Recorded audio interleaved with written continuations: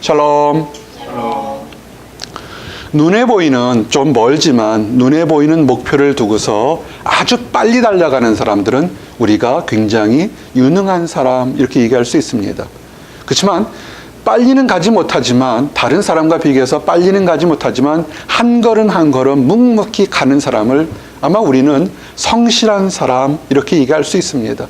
목표가 빤히 보이는데도 내일 가지, 모레 가지 점점 뒤로 미루면 아마도 게으른 사람이거나 너무너무 신중한 사람이다, 이렇게 얘기할 수 있습니다. 근데 눈에 보이지 않는데 마치 저 산 너머에 무엇이 있을 거야, 저 산 넘어 바다 건너에 무엇이 있을 거라는 생각하면서 보이지 않는 미래를, 목표를 보고 걸어가는 사람은 그것이 느리다 할지라도 우리는 아마 믿음의 사람, 이렇게 얘기할 수 있을 겁니다. 우리가 이제 졸업 시즌이 됐습니다. 그리고 이제 5월이 다 돼서 마감이 되며 6월이 됐습니다. 보스턴의 가장 아름다운 계절 6월, 7월, 8월, 9월, 여름과 초가을에 아주 멋진 계절이 돼서 가보지 않은 길들을 갈 겁니다. 여러분들 어떻게 하시겠습니까? 눈에 보이는 것을 남보다 빨리 가면서 기뻐하시겠습니까? 눈에 보이는 것을 좀 느리게 가더라도 한 걸음 한 걸음 옆에 주변도 보면서 함께 친구들과 가겠습니까? 아니면 눈에 보이지 않지만 있을 거다 생각하며 달려가겠습니까? 아마 여러분들의 그 비전과 개성이 다 다를 겁니다. 성경은 어떻게 주장하냐면 눈에 보이는 것 열심히 달려가지만 눈에 보이지 않는 것도 그것을 다른 박질하는데 믿음으로 있을 거다, 예배될 거다 하고 보고 가는 사람들이 참으로 많았습니다. 히브리서 11장에는 믿음장 그럽니다. 여러분 시책에 보면 수많은 믿음의 사람들이 어떻게 갔는지를 알고 있습니다. 성경은 이렇게 얘기합니다. 믿음은 바라는 것들의 실상이요 보이지 않는 것의 증거니. 아멘. 아마 새로운 직장에 지금 취업했고 그 다음에 졸업하고 이제 또 진학하는 우리 자매들이 있습니다. 굉장히 그전까지는 입학이라는 목표를 놓고 열심히 갔지만 사실 입학했다고 끝나는 건 아니잖아요. 이제 학업을 하고 또 수많은 진로를 준비해야 될 때 여러분의 그것은 남들이 보여주는 목표만을 봐야 되면 아마 평범한 사람이 될 겁니다. 그러나 꿈이 있으니까 아마 거기까지 갔겠죠. 보이지 않는 것을 바라보고 가는 것은 믿음인 것입니다. 그런데 정말 우리가 그렇게 보이지 않는 것을 가라고 했을 때 우리의 삶이 변화될 수 있을까라는 것에 도전과 질문이 있을 수 있습니다. 그래서 오늘 여러분들이 하는 것은 뭐냐면 믿음으로 보이지 않는 것을 바라보고 나갔을 때 그 삶이 변화된 사람들 얘기를 우리가 하기를 원합니다. 여러분의 그 핸즈아웃에 이렇게 좀 같이 헤딩은 적어놨습니다. 첫 번째가 뭐냐면 예수님의 거룩한 변화입니다. 제자들이 예수님을 쫓아갔을 때 예수님의 모습은 우리가 얘기하는 무비스타처럼 멋있었을까요? 라는 질문을 할 수 있습니다. 아니, 그렇지 않았습니다. 나사렛에서 온 30살 먹은 사람인데 얼마나 육체적인 노동을 많이 했는지 마치 50 보이는 것처럼 굉장히 폭삭 늙은 그런 청년이었습니다. 육신의 모습은 이미 여러 군데 예언된 것처럼 볼품이 없었습니다. 근데 그의 입에서 나오는 얘기는 아주 평상시 들어볼고 회당에서 들어볼 수 없는 아주 진실된 얘기만 들어와서 많은 사람들이 쫓아다녔습니다. 그때 쫓아왔던 사람들의 제자들 중에 베드로와 요한과 야고보가 있었습니다. 예수님은 이 제자들을 사랑했습니다. 그러면서 내 신분은 하나님의 아들이고 너희들이 지금 보는 이 육신의 모습은 잠시 잠깐은 변화돼서 하나님 안에서 아주 멋지게 변화될 거라 얘기했습니다. 아마 베드로와 요한과 야고보가 예수님의 말씀을 얼마만큼 신뢰하고 기뻐했을지는 모르겠습니다. 그냥 너희들에게 천국이 있을 거다, 너에게 복된 나라가 있을 거다는 기분 좋은 것이지만 너희 삶 자체도 멋있게 변화될 거라는 것을 얼마나 믿었는지 모르겠습니다. 여러분은 여러분의 미래가 멋지게 변화될 거라는 것을 얼마나 믿고 있으십니까? 그럴 때 어느 날 예수님께서 보게 되면 기도하시러 산에 갔습니다. 누가복음 9장 28절에서 30절에 보면 예수께서 베드로와 요한과 야고보를 데리고 기도하시러 산에 올라가사 기도하실 때 용모가 변화되고 그 옷이 휘어져 광채가 나더라. 문득 두 사람이 예수와 함께 말하니 이는 모세와 엘리야라. 아멘. 여기 참 중요한 변화의 모습들을 우리가 봅니다. 지금 평상시 우리가 서로 마주보던 평상시 본 예수님과 베드로와 요한과 야고보가 있었습니다. 늘 얘기합니다. 나는 하나님의 아들이고 너희들을 위해서 내 목숨을 바칠까지 사랑을 베풀 거다. 너희들은 그를 통해서 하나님 은혜를 받을 거다. 마주보고 마치 여러분이 성경 공부하는 것처럼 얘기를 했습니다. 근데 중요한 건 뭐냐면 기도를 마친 후에 그렇습니다. 기도하실 때 기도가 뭐라고 했습니까? 그냥 내가 원하는 이거 가지고 싶어요. 이거 되고 싶어요. 라는 어떤 그런 에스크라고 생각하십니까? 기도는 하나님과의 커뮤니케이션 교제입니다. 하나님과 얘기하는 겁니다. 우리가 좋은 꽃 좋아하세요? 난 꽃 굉장히 좋아해요. 좋은 꽃의 향기 앞에 가게 되면 향기가 취해서 찌그러졌던 얼굴도 이렇게 환해지는 것을 보게 됩니다. 좋은 사람, 친구들이 있습니까? 좋은 친구와 얘기하다 보면 뭔가 이렇게 좋아지잖아요. 운동하는 거 보게 되면 막 괜히 소리 지르고 나도 마치 MLB 플레이어 된 것처럼 막 소리 지르지 않습니까?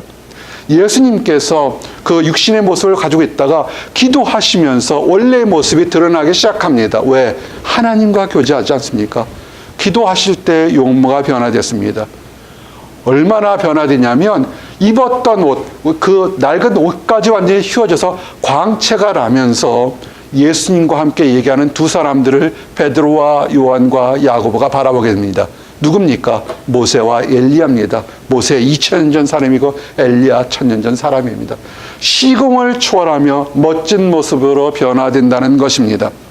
여러분, 나와 여러분의 삶은 지금 어쩌면 물질 때문에, 진학 문제 때문에, 이성 문제 때문에, 다른 많은 학업이나 진로 문제 때문에 움츠러들 수 있습니다. 우리가 변화의 시작은 어디에서 시작하냐면 하나님께 기도할 때에 우리의 변화는 시작이 될 수 있는 겁니다. 여러분의 삶을 돌아보십시오. 얼마나 지금 하나님과 기도하고 있는지. 그때의 변화, 예수님의 거룩한 변화는 하나님과 교제할 때, 기도할 때 변화됐고 그 변화가 주변 사람들에 다 인식한 만큼 변화됐다는 것입니다. 성경은 이렇게 갑니다. 예수님뿐만 아니라 성도들도 변화될 수 있다는 겁니다. 그래서 오늘 주셨던 말씀이 로마서 12장 1절 2절 그러므로 형제들아 내가 하나님의 모든 자비하심으로 너희를 권하노니 너희 몸을 하나님이 기뻐하시는 거룩한 산 제물로 드리라. 이는 너희가 드릴 영적 예배니라. 너희는 이 세대를 본받지 말고 오직 마음을 새롭게 함으로 변화를 받아 하나님의 선하시고 기뻐하시고 온전하신 뜻이 무엇인지 분별하도록 하라. 아멘. 부드럽게 일생일 때 가장 권하는 것이 뭐였냐면 하나님이 기뻐하시는 living sacrifice, living sacrifice, 죽어버린 그런 것이 아니라 삶 자체가, 여러분 자체가 하나님이 기뻐하시는 거룩한 예물로 드리라는 것입니다. 착각하지 마십시오. 돈을 많이 바치거나 무엇을 드리거나 무엇을 하는 것이 하나님 기뻐하시는 것이 아니라 여러분 자신 한 명 한 명, 여러분의 생각, 여러분의 마음, 여러분의 행동 자체가 하나님이 기뻐하시는 예물로 될 수 있다는 것입니다. 어떻게 하냐면 이 세대를 본받지 마십시오. 이 세대가 뭡니까? 미워하고 질투하고 시기하고 원망하고 다투고 싸우고 남 기뻐하는 거 인정하지 못하고 정말 너무 많은 게 너무 많습니다. 그런 것이 아니라 하나님 안에서 서로 사랑하고 존경하고 용서하고 아끼고 보살피고 하나님을 믿는 그런 하나님을 따르는 그런 세상을 바라보기를 원합니다. 어떻게 해야 될까요? 분별력이 있어야 됩니다. 수없이 많은 사람들이 분별력이 없어서 허다한 곳에 헛된 곳에 그들의 시간과 능력을 다 낭비해버립니다. 물질까지도 낭비해버립니다. 그저 교회라는 건물만 가면 다 교인 줄 알고 가서 이단에 빠지는 사람들 수없이 많아요. 정통교회 가도 하나님을 바라보는 것이 아니라 사람이나 환경이나 다른 것을 이득을 바라봐서 헛되게 시간 낭비한 게 정말 많습니다. 하나님을 만나는 사람, 교제하는 사람, 우리 주님 예수님께서 그 기도하러 갈 때 거기에 거룩한 뭐가 특별한 것이 있었나요? 아마 조그마한 쉼터나 바위 하나 있었을지는 모르겠습니다. 그러나 어느 것이 거룩한 것이냐면 하나님과 진정으로 교제할 수 있는 것이냐면 그것이 캠퍼스가 되든 가정이 되든 직장이든 아니면 그것이 자동차 아니든 어디든 간에 하나님은 기뻐하시는 것입니다. 직장생활 하는데 어떻게 했습니까? 기도로 시작하십시오. 실험하실 거 아닙니까? 기도로 시작하세요. 랩에 혼자 있을 때 많지 않겠습니까? 기도로 시작하십시오. 아마 새로운 곳에 갈 겁니다. 잘해주는 사람도 있지만 못 뛰게 하는 친구들도 있을 거예요. 혼자만의 작은 곳에 수업 시작 전에 가서 기도로 시작하십시오. 분별해야 됩니다. 신학대학원 다니면서 가장 기뻤던 것이 뭐냐면 다 공부했어요. 여러분 하는 것처럼 학사, 석사, 박사, 포닥까지 그 이상도 공부했어요. 모든 과정 다 공부했지만 가장 재밌었던 공부가 신학대학원의 공부였습니다. 특별하게 아주 고상한 학문이 아니라 어떤 것이 좋았냐면 수업 시작 10분 전에 들어가서 다 전도사님들, 목사님들이 기도를 해요. 가르칠 교수님을 위해서 같이 수업할 동료 전도사와 목사들을 위해서 기도하는데 그게 너무 좋았습니다. 여러분은 어떻게 생각하십니까? 하나님 안에서 여러분이 무엇을 하든 어디까지 하나님 첫 번째 분별력, 학자의 영을 달라고 기도하십시오. 에베소서 5장 17절에 보면 그러므로 어리석은 자가 되지 말고 오직 주의 뜻이 무엇인가 이해하라. 아멘. 주의 뜻이 무엇인지 아는 분별력을 달라고 기도할 때 그리고 분별력을 이룰 때 여러분에게는 변화가 생기게 된 것입니다. 왜 예수님께서 베드로와 요한과 야고보만 데려가셨을까요? 편애하셨을까요? 그러면 공의 사랑의 하나님은 아니었을 겁니다. 어쩌면 우리는 알 수는 없어요. 그냥 생각해 보는 겁니다. 그때 예수님께서 기도하라자 갈 때 다른 9 제자들 쌀 사러 가야 되는데요. 예수님 빵 사러 가야 되는데요. 할 수도 있을 겁니다. 그런데 이 제자들은 기도하라 가자 그러니까 예수님이 좋고 기도하는 게 좋아서 먼저 프라이오리티, 여러분의 우선권을 어디에 뒀느냐를 한번 생각해 보시기 바랍니다. 그 분별력이 그들은 베드로와 요한과 야고보는 예수님의 변화된 실체를 받고 그리고 모세와 엘리야를 보는 축복을 받아왔던 것입니다. 그래서 새로운 곳에 낯선 곳에 축복의 시작은 하나님 뜻이 무엇인지 내게 지혜를 주십시오 라는 그런 기도를 먼저 하시길 원합니다. 근데 이런 기도는 우리는 많이 할 수 있어요. 근데 하나님은 주세요. 하나님은 기도하시면 준다고 그랬는데 우리가 받지 못하는 것은 우리의 마음밭이 변화되어야 됩니다. 기도는 참 잘하는 사람들 많습니다. 근데 전혀 변화가 없는 건 뭐냐면 마음이 너무너무 딱딱해져 있는 사람이 있습니다. 마음이 딱딱해진 거요. 옆에 사람도 알아요. 어떻게 안 좋아하십니까? 눈빛으로 나타납니다. 눈빛에서 미워하고 질투하고 막 시기하고 원망하고 무시하는 빛이 나옵니다. 여기서 딱딱하니까 나오잖아요. 이해가 안 됩니까? 소화불량 되면 어떻게 합니까? 찡그러지지 않습니까? 그 성경은 뭐냐면 마음이 하나님의 은혜를 받을 만한 그렇게 심령이 새롭게 변화되라고 얘기를 합니다. 에베소 4장 23절에 오직 너희의 심령이 새롭게 되어 축복받으려고 기도들은 많이 하지만 안의 심령이 새롭게 되지 않으면 축복은 넘쳐나게 될 수밖에 없습니다. 우선적으로 하나님의 지혜를 달라고 그러면서 심령이 변화되기를 바랍니다. 변화가 되는 것이 세상을 쫓는 변화가 아니라 예수님을 쫓아가는 쪽으로 쫓아가시기 바랍니다. 로마서 15장 5절 보니까 이제 인내와 위로의 하나님이 너희로 그리스도 예수를 본받아 서로 뜻이 같이 하게 하여 주사 서로 뜻이 같게 하여 주사. 아멘. 하나님께서 우리에게 주신 건 뭐냐면 그리스도 예수를 본받아서 함께 가기를 원하십니다. 여러분이 늘 궁금하면 아주 쉽게 이렇게 질문하시면 됩니다. 예수님이라면 지금 어떻게 하셨을까? 라고 질문하시기 바랍니다. 예수님이라면 지금 어떻게 하셨을까? 그리고 여러분이 외롭고 두렵고 초조하고 답답한 걸 찾는 것은 뭐냐면 여러분의 강한 의지가 아니라 여러분에게 베푸는 하나님의 사랑인 것을 늘 아시기를 원합니다. 디도서 3장 5절 우리를 구원하시되 우리가 행한 바 의로운 행위로 말미암지 아니하고 오직 긍휼하심을 따라 중생의 씻음과 성령의 새롭게 하심으로 하셨나니. 아멘. 우리의 죄악을 씻어줬던 거, 우리에게 축복을 준 거는 내가 잘한 것이 아니라, 물론 잘해서 칭찬하겠지만 그것보다 먼저 우리 행한 의로의 행동이 아니라 우리를 사랑하시는 하나님의 사랑으로 내가 변화될 수 있다는 것을 여러분은 아시기 원합니다.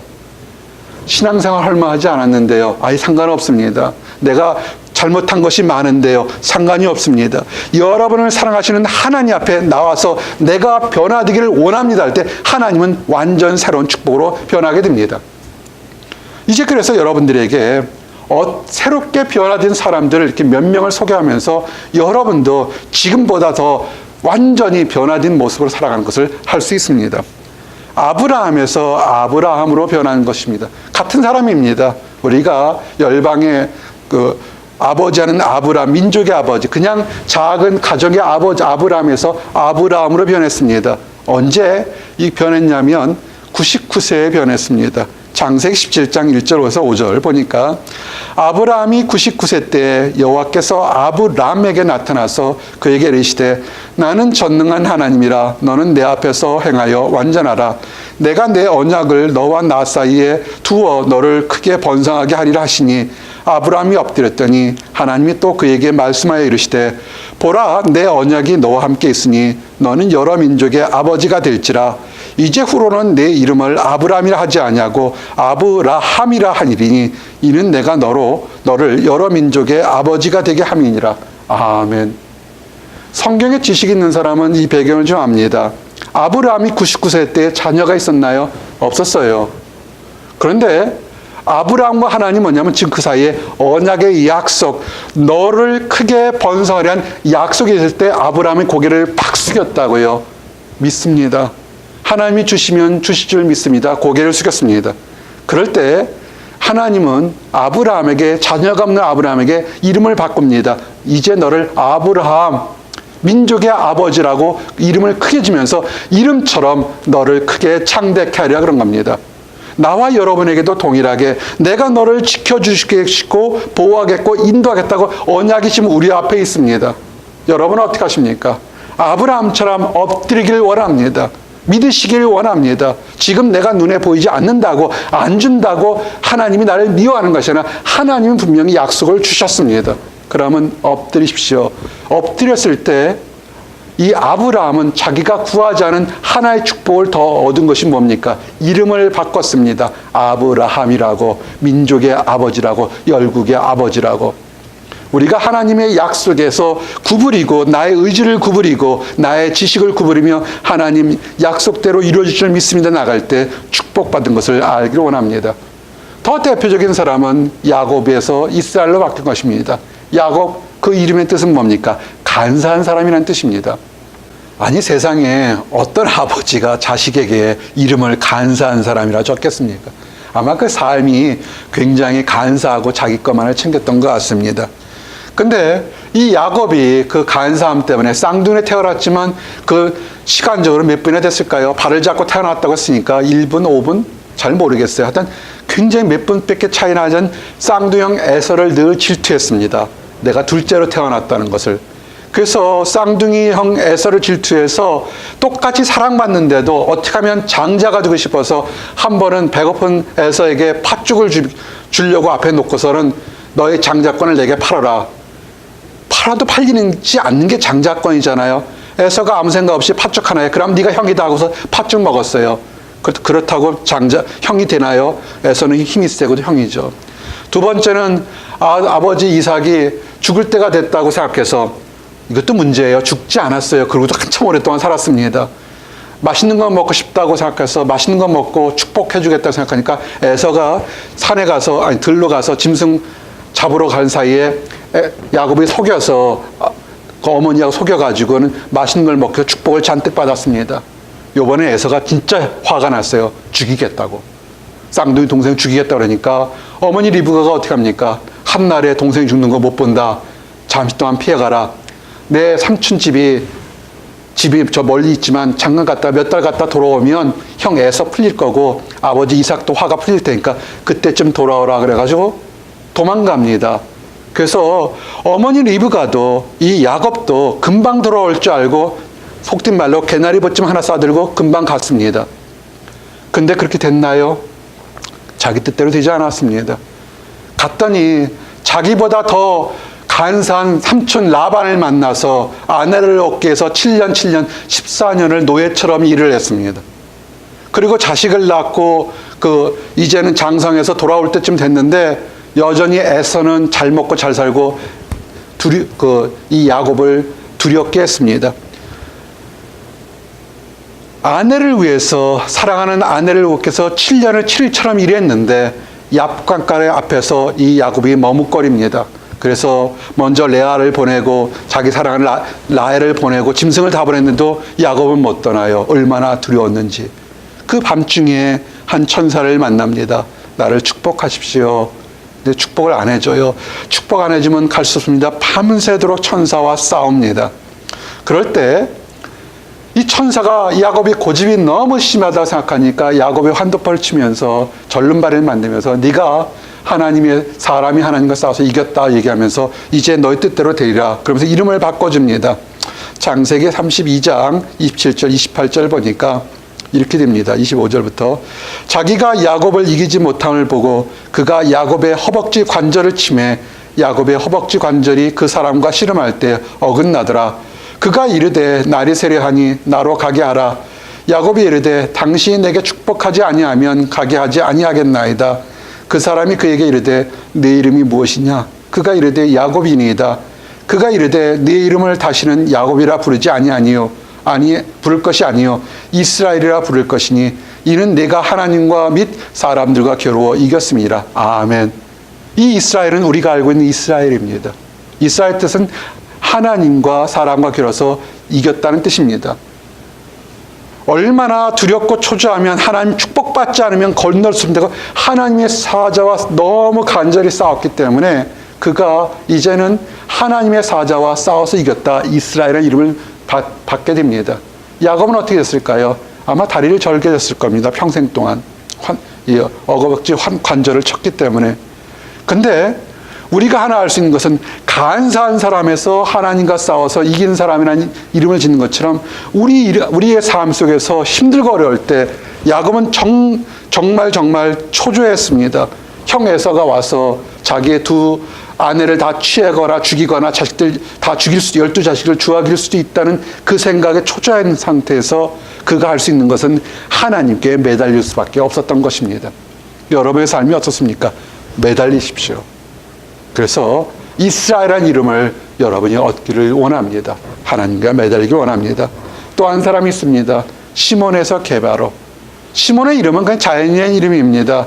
요한복음 1장 42절에 데리고 예수께서 오니 예수께서 보시고 이르시되 네가 요한의 아들 시몬이니 장차 게바라 하시니라.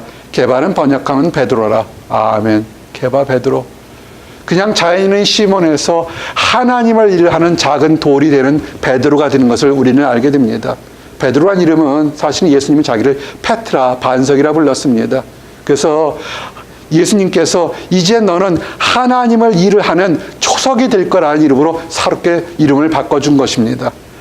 이것을 좀 더 설명하면 마태복음 4장 18절 20절에 예수님께서 그 이름을 게바, 베드로라 부른 일을 알 수 있습니다. 갈릴리 해변에 다니시다가 두 형제 곧 베드로라 하는 시몬과 그의 형제 안드레가 바다에 그물을 던지시는 것을 보시니 그들은 어부라 말씀하시되 나를 따라오라 내가 너희를 사람을 낚는 어부가 되게 하리라 하시니 그들이 곧 그물을 버려두고 예수를 따르니라. 아멘. 사람을 낚는다니까 인신매매 이게 아니고요. 사람의 영혼을 하나님께로 옮기는 전도자, 인도자 역할을 하는 그런 큰 일을 하겠다고 만든 것이 그 시몬에서 베드로가 된 것입니다. 여러분의 삶이 이러기를 원합니다. 베드로가 어떤 사람입니까? 예수님의 12제자 중에 수제자로 칭찬과 인정받은 축복의 사람 아닙니까? 여러분의 삶이 직장을 가지든 대학원을 가든 가정을 가든 어딜 가든 사람의 영혼을 낚아서 하나님께로 인도하는 거룩한 삶을 살 때 그 사람은 자연인 시몬에서 하나님의 초석이 되는 게바 베드로가 될 수 있다는 것입니다. 동일한 사람이 그 비전 때문에 변했던 것입니다. 동일한 사람이 변한 것이 또 있죠. 사울에서 바울. 사울은 큰 자란 뜻이고 바울은 작은 자란 뜻입니다. 사람들 이름에 크게 큰 이름을 지어줍니다. 크게 되기 위해서 부모들이 자식들 이름을 크게 줍니다. 근데 이 사울이 나중에 다메섹 도상에서 예수님을 만나고서 그 이름을 뭐라고 바꿨습니까? 나는 하나님 안에서 지극히 작은 자다, 바울이라고 그랬습니다. 하나님 안에서 그가 모든 배우고 가졌던 특권들을 다 내려놓고 하나님만을 발견했는데 그 발견한 것 자체가 내 인생엔 너무 크다. 바울이라는 이름도 내게는 감당할 수 없다고 인생을 바꿨습니다. 빌립보서 3장 7절에서 9절 보니까 그러나 무엇이든지 내게 유익하던 것을 내가 그리스도를 위하여 다 해로 여길 뿐더러 또한 모든 것을 해로 여김은 내 주 그리스도 예수를 아는 지식이 가장 고상하기 때문이라. 내가 그를 위하여 모든 것을 잃어버리고 배설물로 여기면 그리스도를 얻고 그 안에서 발견들이 함이니 내가 가진 의의는 율법에서 난 것이 아니요 오직 그리스도를 믿음으로 말미암은 것이니 곧 믿음으로 하나님께로부터 난 의의라. 아멘. 정말 드라마틱한 변화입니다. 이거는 체인지라기보다는 완전히 트랜스포메이션, 형질이 전환돼 버렸습니다. 큰 자고 하나님 안에서 유대교에서 열심을 가졌고 가마리알 문학에서 열심히 공부해서 세상 권력을 잡기를 원했던 사울이 예수님이 살아계신 걸 보고서 인생 가치관이 확 다 변해버렸습니다. 그런 거 다 별 볼 일 없다. 그 모든 것을 다 세상의 배설물로 알고 더럽게 여겨버렸습니다. 세상에 하나님 아는 지식이 가장 고상하고, 그러고 왜냐하면 그 지식이 하나님께서 나를 사랑한 것, 내가 무엇을 해서 의롭게 되는 것이 아니라 하나님의 사랑이 나를 의롭게 했다는 그 지식이 가장 그 인생을 바꿨던 것입니다. 그냥 이것이 종교적인 광신일까요? 그렇지 않습니다. 성경은 이렇게 얘기합니다. 마태복음 13장 44절 46절에 천국은 마치 밭에 감추인 보화와 같으니 사람이 이를 발견한 후 숨겨두고 기뻐하며 돌아가서 자기 소유를 다 팔아 그 밭을 사느니라. 또 천국은 마치 좋은 진주를 구하는 장사 같으니 극히 갓진 진주 하나를 발견하며 가서 자기 소유를 다 팔아 그 진주를 사느니라. 아멘. 여러분 그런 프로그램 보신 적 있습니까? 소더비 경매 같은 거 보신 거 있습니까? 똑같은 요거는 작은 고려창자나 그릇 하나인데 그 가치를 알게 되면 어떤 사람은 천문학적으로 그 가치를 부르게 됩니다. 최근에 일본에서 과일 하나가 1,000만 원인가 얼마 하는 거, 과일 하나가 1,000만 원이 넘었대요. 난 그 과일이 얼마나 맛있는지. 참치가 1억 원 넘은 거는 들어봤는데 그거 못 먹을 것 같아요. 겁나서 먹겠습니까? 근데 만약에 여러분 삶에서 내가 이것이 좋은 거라고 생각하는데 정말 귀하다 생각하면 어떻게 하겠습니까? 분별력 지식이 있는 사람은 자기 가진 거 다 털어서도 그걸 살려고 노력할 겁니다. 왜? 그래도 남을 겁니다. 제대로 진 진주는 엄청 귀하기 때문에 그 모든 것을 팔아도 남을 겁니다. 바울이 그 가진 모든 것을 다 버려두고 배설물처럼 여겼던 것은 뭐냐면 내가 지금 발견한 예수님의 가치가 이 세상에 어떤 것보다 크기 때문에 그 모든 것을 버려뒀던 것입니다. 여러분들도 마찬가지입니다. 눈에 보이는 것, 요거 하면 직장 가지고 요거 하면 뭐 할 거, 그거보다 더 큰 거, 아름답고 화려하고 귀한 것이 여러분 앞에 놓여 있습니다. 찾아서 가져가시기를 원합니다. 그것을 찾고 찾아가는 과정이 되면 참 놀랍게도 지금의 두려움이나 초조함이나 억압을 이겨낼 수 있습니다. 그래서 사도 바울은 이렇게 고백을 했습니다. 빌립보서 4장 12절 13절에 나는 비천에 처할 줄도 알고 풍부에 처할 줄도 알아 모든 일 곧 배부름과 배고픔과 풍부와 궁핍에도 처할 줄 아는 일체의 비결을 배웠노라. 내게 능력 주시는 자 안에서 내가 모든 것을 할 수 있느니라. 아멘.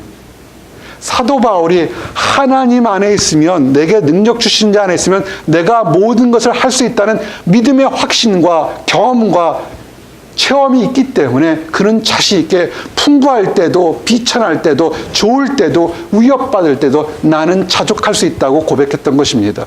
나와 여러분들이 이런 기쁨을 누리기를 원합니다. 예수님 안에서는 내가 모든 것을 할 수 있다고 자부하며 기뻐하는 나와 여러분들이 되기를 원합니다. 하나 아셔야 될 거 두 가지를 이제 하고 마치겠습니다. 지금 혹시라도 가난하고 혹시라도 남보다 못하다 할지라도 여러분의 실상 그렇지 않습니다. 베드로와 요한과 야고보가 사랑하는 주님, 정말 평생 들어보지 못한 말씀하시는 그 겉늙은 30대지만 50처럼 보였던 예수님을 쫓아갔다가 실제 모습을 변하고 얼마나 기뻤겠습니까? 나와 여러분이 지금 때로는 주름도 생기고, 아이고 벌써 주름도 생겼어요. 우리 자매들 큰일 났어요. 거기 쳐다보지 마시고 우리의 실제 모습은 뭐냐면 요한계시록 2장 9절에 내가 내 환난과 궁핍을 알거니와 실상은 내가 부유한 자니라. 아멘. 여러분이 지금 핍박받고 어렵고 남보다 늦게 간다고 조롱당하고 무시당하는 것 같지만 실상은 하나님 안에서 부유한 사람이라는 것을 여러분 믿고 나가시기를 원합니다.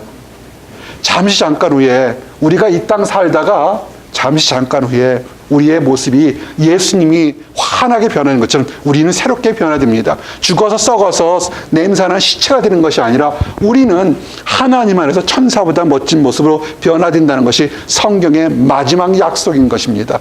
이 마지막 약속을 하면서 오늘 말씀을 마칩니다. 고린도전서 15장 51절에서 53절 보라 내가 너희에게 비밀을 말하노니 우리가 다 잠잘 것이 아니요 마지막 나팔에 순식간에 홀연히 다 변화되리니 나팔 소리가 나매 죽은 자들이 썩지 아니할 것으로 다시 살아나고 우리도 변화되리라. 이 썩을 것이 반드시 썩지 아니할 것을 입겠고 이 죽을 것이 죽지 아니함을 입으리로다. 아멘. 잔주름 생긴다고 걱정하지 마세요. 우리 변화됩니다. 2000년 전에 모세를 알아봤고 1000년 전에 엘리야를 베드로와 요한과 야고보 보면서 모세였구나 알아보는 것처럼 우리의 모습은 가장 아름답고 거룩하고 온전한 모습으로 변화될 때가 반드시 옵니다. 그래서 우리가 함께 오늘 이 좋은 시간에 예배하며 하나님을 찬양했던 것입니다. 그리고 그때 크게 변화되는 그 순간도 있지만 여러분 우리가 있는 삶 속에서 여러분에게 하루하루가 내가 능력 주시는 자 안에서 모든 것을 할 수 있다는 그 만족감을 위해서 또 하나님이 능력 주시는 것을 믿고 나가시길 원합니다. 기도하시겠습니다. 할렐루야. 하나님 감사합니다. 내게 능력 주시는 자 안에서 내가 모든 것을 할 수 있다는 고백이 나올 수 있도록 하나님의 사랑과 하나님의 약속이 우리 앞에 있음을 믿습니다. 아버지 이를 통해서 우리가 풍부할 때도 비천할 때도 연약할 때도 두려울 때도 하나님을 바라보게 하심이 인하여 감사합니다. 우리가 실상은 부유한 자라는 그 축복을 주시면 감사합니다. 믿음 안에서 하나님을 바라보고 마지막 때에 우리 모든 것이 변화됨을 기다리며 소망할 수 있도록 인도하여 주시옵소서. 이 변화를 위해서 세상 것을 달아보지 않고 세상을 따르지 않고 오직 심령의 변화돼서 하나님에서 기쁨 누리는 우리 모든 사람들이 될 수 있도록 인도하여 주시옵소서. 하나님을 알지 못하기에 하나님을 안다고 하지만 자기 신념으로 나가 세상에 변화되는 것만을 바라보고 그 과정에 고통 있는 사람들 이제는 잠시 멈춰서서 하나님이 하시는 말씀을 듣고 새롭게 변화받아 축복의 땅으로 소망의 땅으로 나아갈 수 있도록 인도하여 주시옵소서. 늘 감사드립니다. 예수 그리스도 이름 받들어 기도드렸습니다. 아멘.